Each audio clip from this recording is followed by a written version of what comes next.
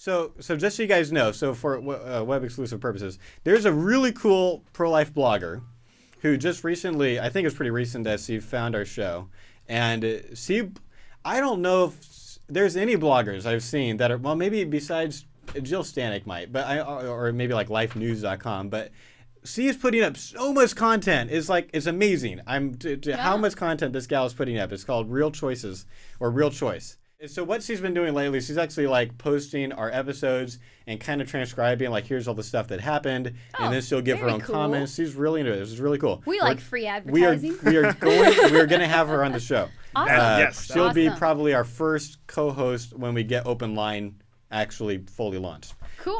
But so she saw our topic that we were going to be just, our fetus is like little rapists. And, right. Which sounds terrible. Sounds terrible, but it's this is a great title. No, though. just saying little rapists. It sounds disgusting. I know, right? But it's still a good title. Right. And so she basically commented, she both blogged. Yes, I almost misspoke. Because that's never happened. Never. Ever in the last 4 minutes. So Not nice. She blogged like the topic we were gonna do, and she was like, "I'll post this once it's published, whenever that's gonna be." Anyway, so I want to since even though we didn't have time to get to it, I want to respond to this, and Christina really made me think, and this is why I called Rich, because I've not yet had the chance to read McDonagh's book fully, and my huge thing on this show is we needed to communicate people's views correctly and fairly. And this went beyond what I've read Scott's stuff, I've read Frank's stuff, but they don't spend so much time on this argument. I think because they both think it's really fringe, not that many people do it. So she went. So anyway, so I've got answers for her now. She made 4 comments, and we got to some of this stuff, which is helpful. First thing she said was, there are no evil zygotes out wandering the streets, ready to leap into the wombs of unsuspecting women. So to make Mrs. McDonagh's parallel work, we'd have to redefine rape to mean something that could accidentally happen to the male while he's unconscious and unable to move. Wow. Now we kind of addressed some of those arguments. So what would be the correct now? Is he understanding McDonagh's argument correctly or not correctly? Well, to some degree, he's analyzed a little better, and we talked about the differences in how you kind of brought her idea of the mentally handicapped person for the lack of will. Right. But there's even more of a lack of will for a fetus. The fetus can't get up and move. Can't do anything. And he can't do anything. So her example of a guy like completely in a coma attacking and raping someone, that makes no sense. Right. It wouldn't make sense. But that is the point. Though, but that's exactly the fact of how point. absurd that is. Because in relation to a mentally handicapped person can have abilities of strength and overcoming and all this stuff. An unborn child doesn't have those abilities. Right. So I think the analogy is somewhat fair.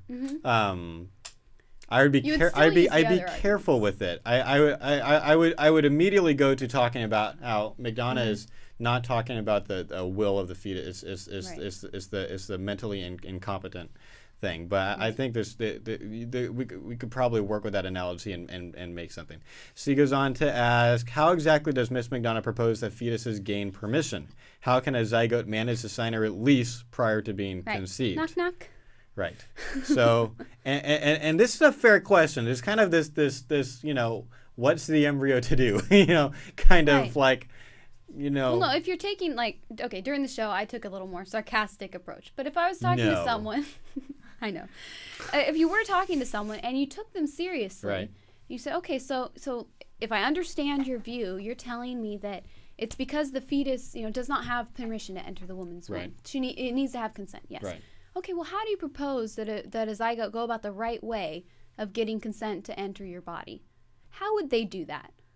And approaching it like that makes you see the ridiculousness about how a zygote could or could not gain permission or access. It's difficult just even to try to formulate arguments for this because it's so French. Because it's not real. McDonagh's not saying the fetus needs to gain permission.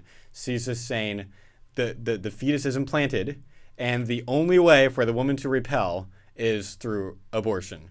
And so it's once again, it's more the mentally. I think that's kind of why we're here. Don't you think they should have some choice? in that matter? The fetus? Yeah. Rights. But I mean, if they just have this nice, comfortable, open space that they're just perfectly made for them, and, you know, you just, for no reason, they're just being kicked out?